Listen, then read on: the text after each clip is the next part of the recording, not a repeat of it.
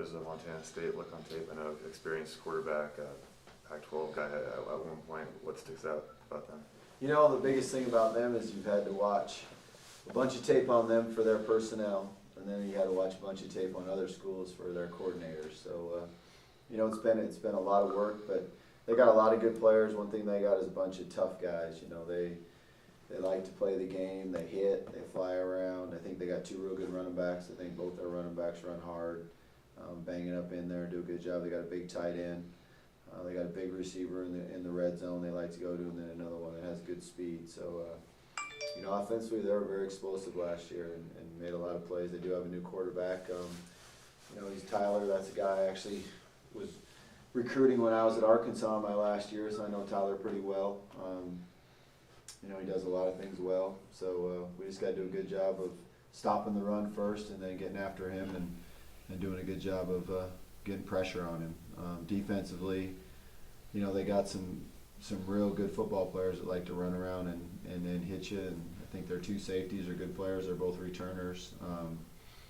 The Collins is playing their buck now.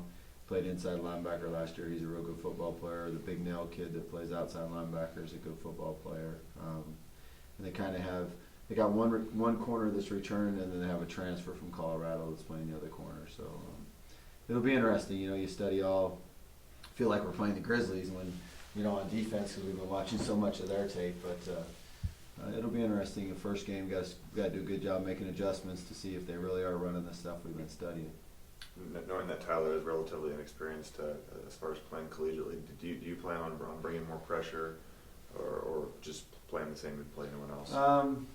You know, that's probably more just we'll see how the game goes. We definitely got to get pressure on him, and you know, ideally if you ever can get pressure with four guys, that's way better. And if not, then you got to bring some more guys and try to put pressure on him so he's not sitting back there being comfortable. If we let him sit back there and be comfortable, he'll do a good job of making plays. Kind of unique with Coach Choate. He grew up in Idaho, is coaching in Montana, and kind of opposite with you. Did you ever run into him or have you know, experience with him? I've known a lot of guys that have coached with him, and I've kind of circled back and forth in different places where maybe in recruiting, but as actually running into him. I believe he was on Western's team when he was a freshman, and I was a senior at Carroll when we played him. But as far as actually meeting him, no. I've not met their defense coordinator quite a few times. Good guy, good coach. So, but I don't know him personally. When you look at the game plan, obviously, I'm sure people are going to, you know, expect you guys to throw the football quite a bit. But is there a certain number that you outline before the game? Obviously, things can change when you get to the game. But say that we need to run the ball at least 15 times, or we need to do this many times in order to be successful. Not necessarily a number. I think the biggest thing that you always want to make the defense to have to do is defend the run and the pass in all the different situations. So you self-scout yourself each week, and you self-scout yourself during the game. So by down and distance, by situations on the field, and by personnel, you want to make sure that they have to defend both the run and the pass. So you don't become, you know, you don't have a big tendency that you're always going to do this in this personnel group or this on this down and distance. So I think more than anything, it's just to make sure that you make them defend the run and the pass, and how the numbers end up. You would really like them at the end of the game to be really close to 50-50, but whether that always is the case or not is not as important as to make sure they defend both by each formation and down a distance. How ready is the team to finally line up against somebody new? I think they're really ready. I think we had a really good practice last night. There was a lot of intensity. Guys were flying around. It was our last practice in full pads. Tonight we'll be out there in half pads. We call it Perfect Thursday. Really want to have great execution, go out there and do things right, and I think our guys are ready to play. You know, we just got to make sure come Thursday night that we're, you know, have all kinds of fire and intensity, and we go out there and they're going to show up ready to play. I mean, you know, I grew up in that state. Those kids love football. They're going to show up ready to play, and they're going to play hard. We just got to make sure we match that intensity and play harder than they do. What does a coach go through? You know, the few nights before becoming a head coach for the first time, playing that first game. At least from your experience, what did you go through? Oh, he's going to be so excited and so fired up. You know, he's going to probably he's going to onside kick or fake a punt, or he's going to do something. You know, it's kind of like the other night, Hawaii, that first time head coach onside kicked, you know, to open the game. Our first kickoff I ever had, we went down and scored against North Texas, and then onside kick and got it. Now we got a couple penalties, but he's going to do something, you know, and he's a special teams guy, so they're going to fake a punt or onside kick or do a reverse or a throwback on a kickoff return, just because I think all the years as an assistant, you've always wanted to do all those things, and now you're the head guy, so you're going to do them. So, but he'll be very excited and excited to get out there, and hopefully we make it not a happy first day of being a head coach.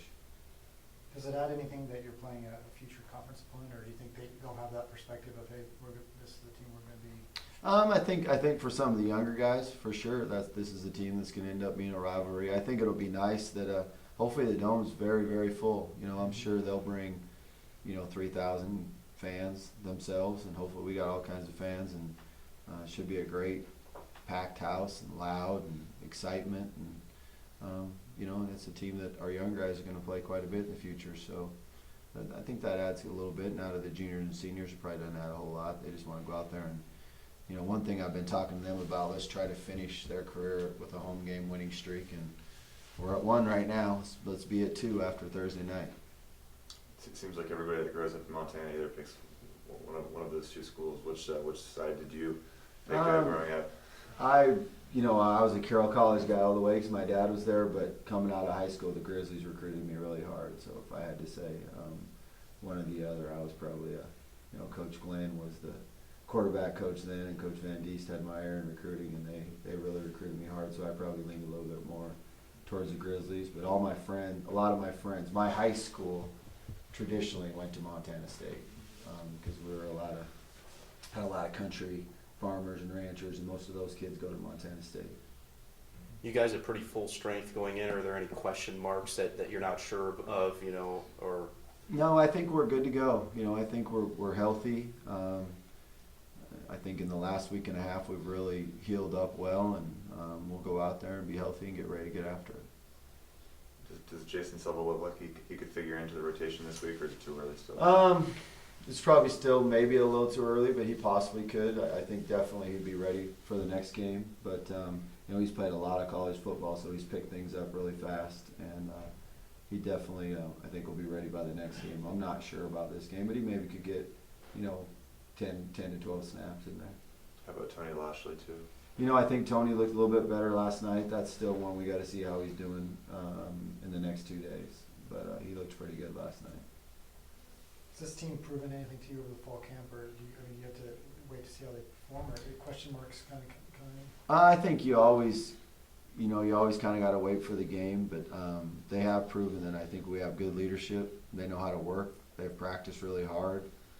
It's been a great camp. So now we got to finish it with a great game, you know. And it's kind of like I tell them, you know, it's showtime. It's kind of like that guy that works out in the weight room and gets his real good lifts on, and he knows he's going to lift a certain amount, but then he doesn't get it. Well, then that doesn't count. You know, you got to get it done when it matters. And so I think we practiced really well and done things well, but Thursday night's when it matters, and that's showtime. So that's when everybody's got to step up and be their best and have their best game to date.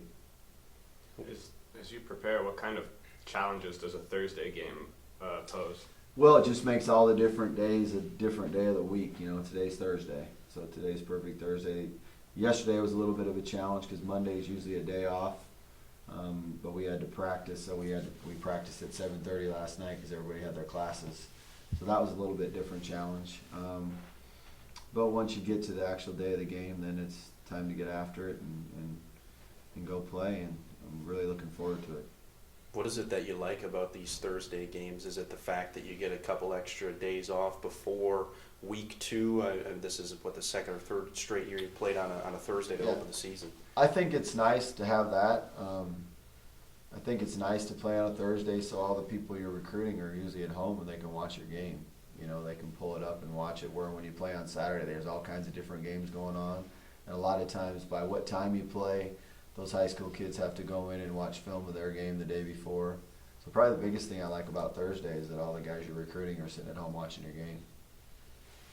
Coach, I'm working on a story on Matt Linehan, and I kind of talked to him a little bit. Just talk about your relationship with him. He talked about you kind of saved his football career by recruiting him, and a little bit of a father figure to him even. So just talk a little bit for me, if you could, about your relationship with him. Yeah, we have a really good relationship. I've known Matt since he was a little kid.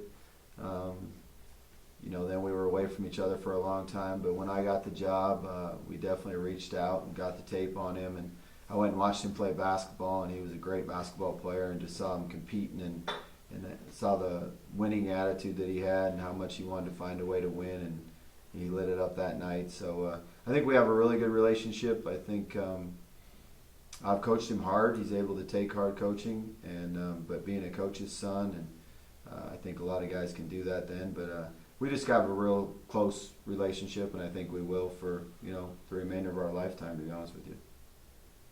What has he gotten better at since he's come to Moscow? He's really improved on seeing the field and his knowledge of the game.